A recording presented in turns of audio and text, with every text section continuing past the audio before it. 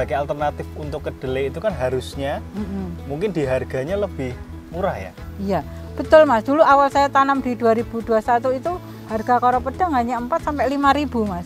Tetapi sekarang Mas bisa tembus sampai 20 sampai 25.000. Wow, malah tinggi ya? Iya, tinggi karena semakin banyak permintaan, sementara stok makin sedikit, otomatis hukum pasar berlaku Mas. Iya, Dimana banyak permintaan tapi stoknya sedikit, harga melambung atau mahal itu kan sudah hukum pasar ya seperti itu.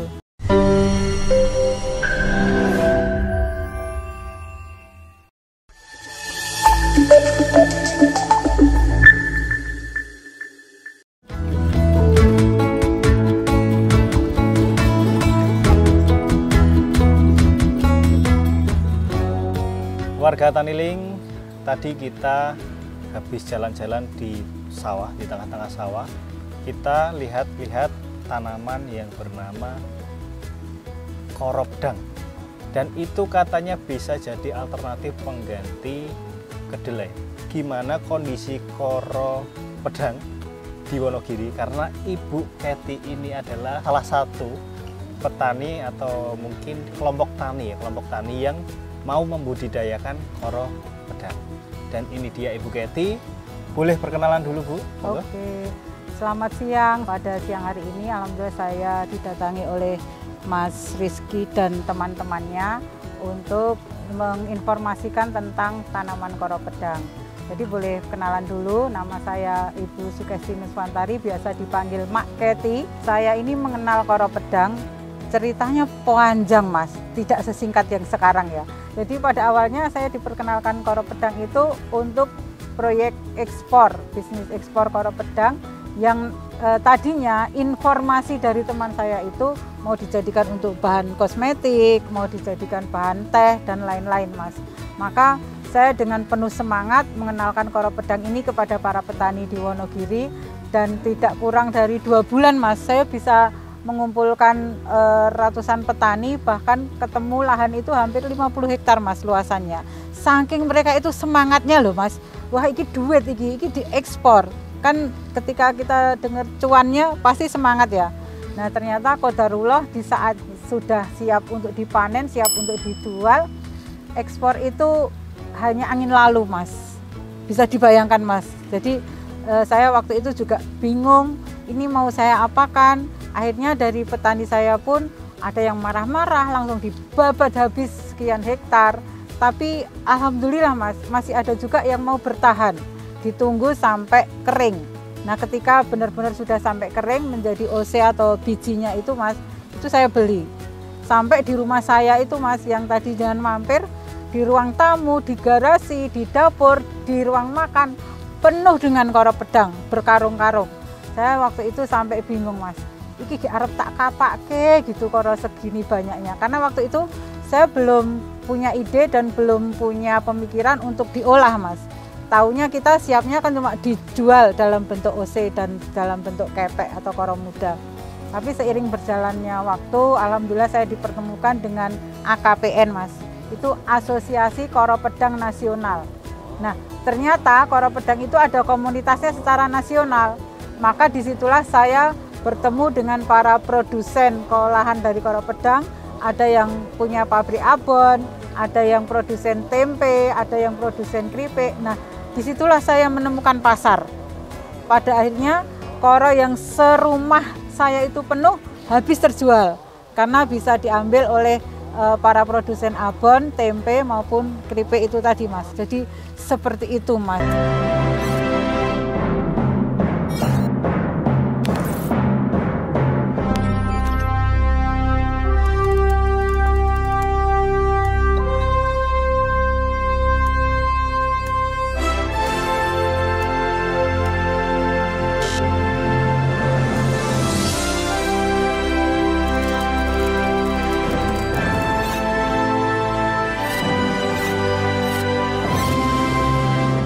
Ceritanya. Berarti dibohongin berarti Bu? Ya boleh dibilang seperti itu Mas. Padahal petani-petani yang ada di Wonogiri udah nyiapin puluhan hektarnya buat nanam semuanya di koro pedang. Betul Mas, iya. Dan kalau yang nangis aku ada Mas. yang ngamuk-ngamuk itu berarti hilang dong Bu? Iya, berarti dan Wah. sampai sekarang masih banyak yang trauma Mas untuk menanam. Tetapi dengan seiring berjalannya waktu itu tadi, kita semakin menemukan banyak link-link produsen yang mengolah koro pedang. Sekarang kebutuhan koro pedang itu luar biasa Mas. Bahkan ada kemarin saya ditelepon dari salah seorang produsen di daerah Bantul, Mas. Bu, bisa nggak menyiapkan 5 ton dalam sebulan? Ya saya kelimpungan Mas, sekental aku randuwe gitu ya. Sekarang artinya kan apa ya, roda itu berputar ya Mas. Yang dulunya kita bingung mau menjual, sekarang malah kita bingung untuk mencari suplainya.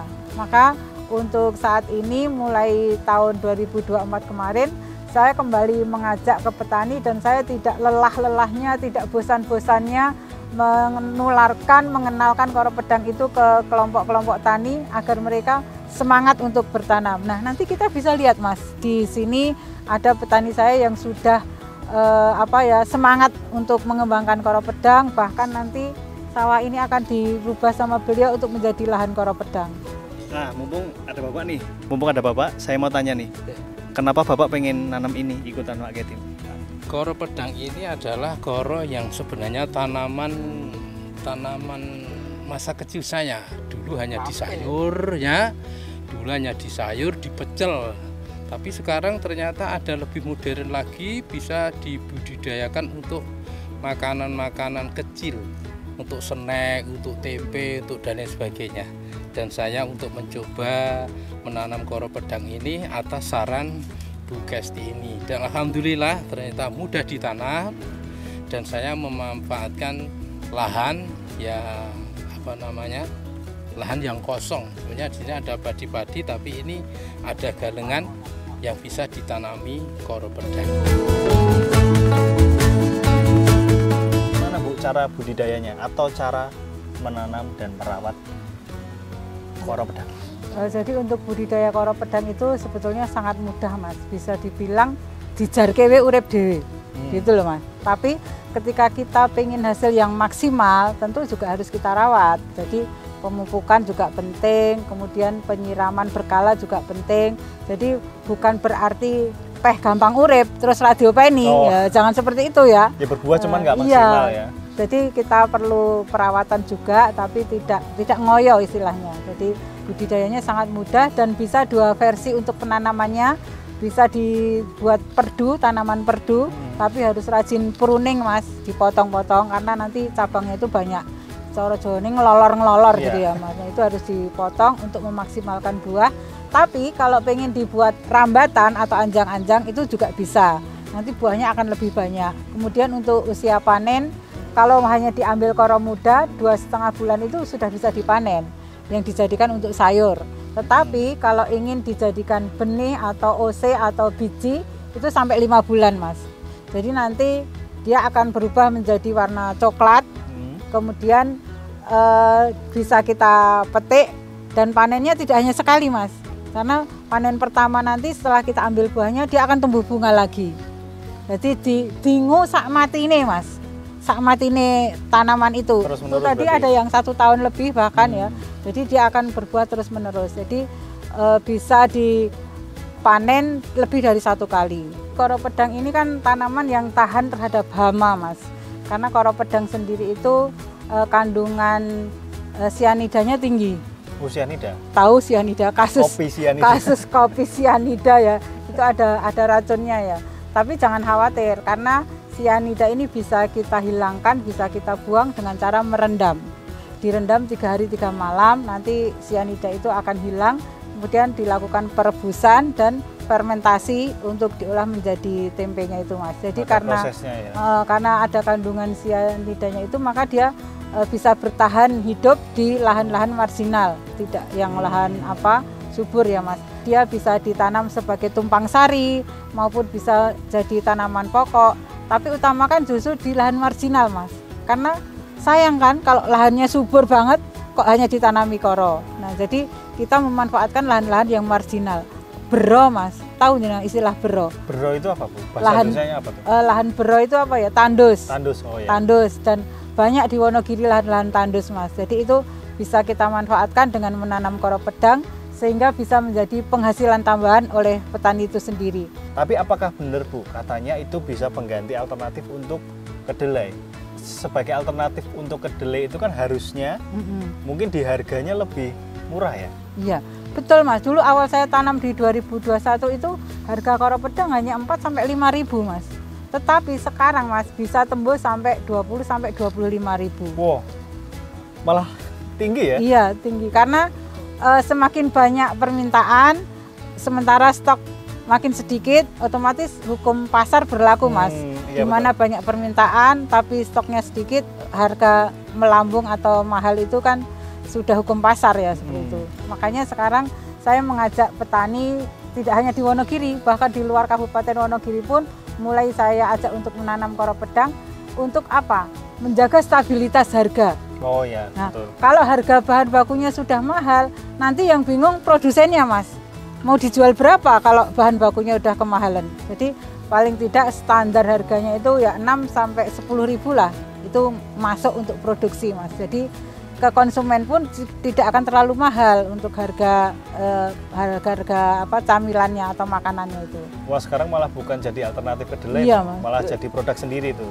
Walaupun gampang tapi nggak boleh ini loh, nggak boleh ngasal loh kalau kita pengen hasil yang maksimal. Bu, sekarang kita pengen lihat yang produksinya, boleh nggak? Boleh banget Mas. Oke. Iya. Gimana cara produksinya dan mungkin cara ngilanginnya biar dikonsumsi aman Iya. dari sianida. Sekaligus tempenya ada. Ada Mas. Oke. Ayo warga Taniling kita lihat di tempat produksinya.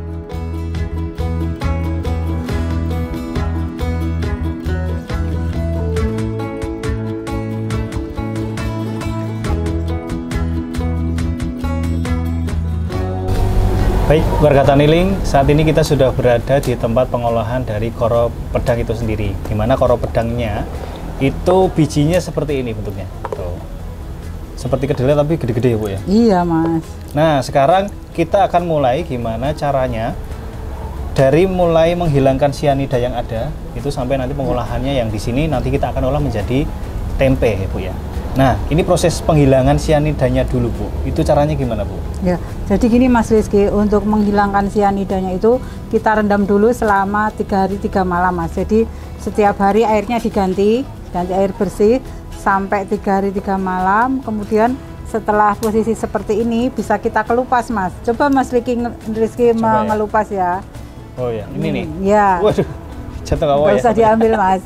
Jadi seperti ini ya, kita kupas. Yang lupa sendiri ya? Melupas sendiri juga bisa Mas, karena sudah direndam 3 hari 3 malam itu.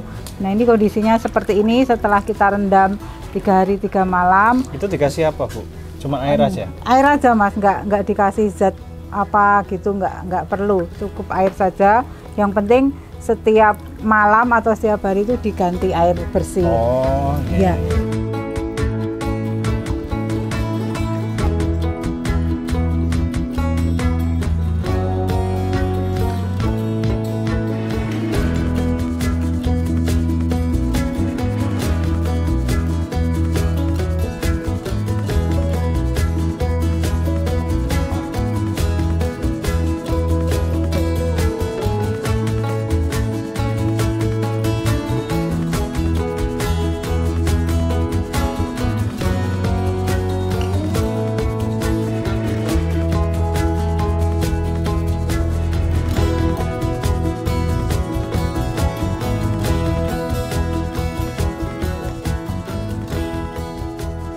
Alhamdulillah warga Taniling, perjalanan kita hari ini mulai dari melihat lahan dari koro pedangnya, cara budidaya, hingga prosesnya jadi makanan sudah selesai Bu. Ya. Terima kasih Bu sudah Ya, kasih sama-sama, ilmu yang Mas. banyak banget nih. Dan ini hasilnya nih Bu, Seperti ini itu, Mas. bareng mitra-mitranya Ibu itu bisa produksi berapa? Bukan tempenya, apa namanya, koro pedangnya? Koro pedangnya. Jadi UKM itu beda-beda Mas. Ada yang sehari mampu 20 kilo, ada yang 25 kilo, ada juga yang baru 10 kilo ya. Jadi dalam satu hari rata-rata kita butuh sekitar 50 kg koro pedang untuk diproduksi para UKM itu Mas. Artinya peluang tanaman koro pedang menjadi olahan pangan ini sangat luas banget Mas.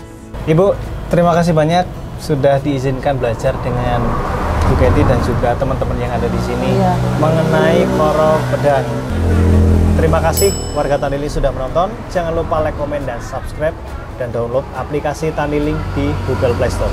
Salam Tanilink TV. Bisnis Agri tak pernah mati.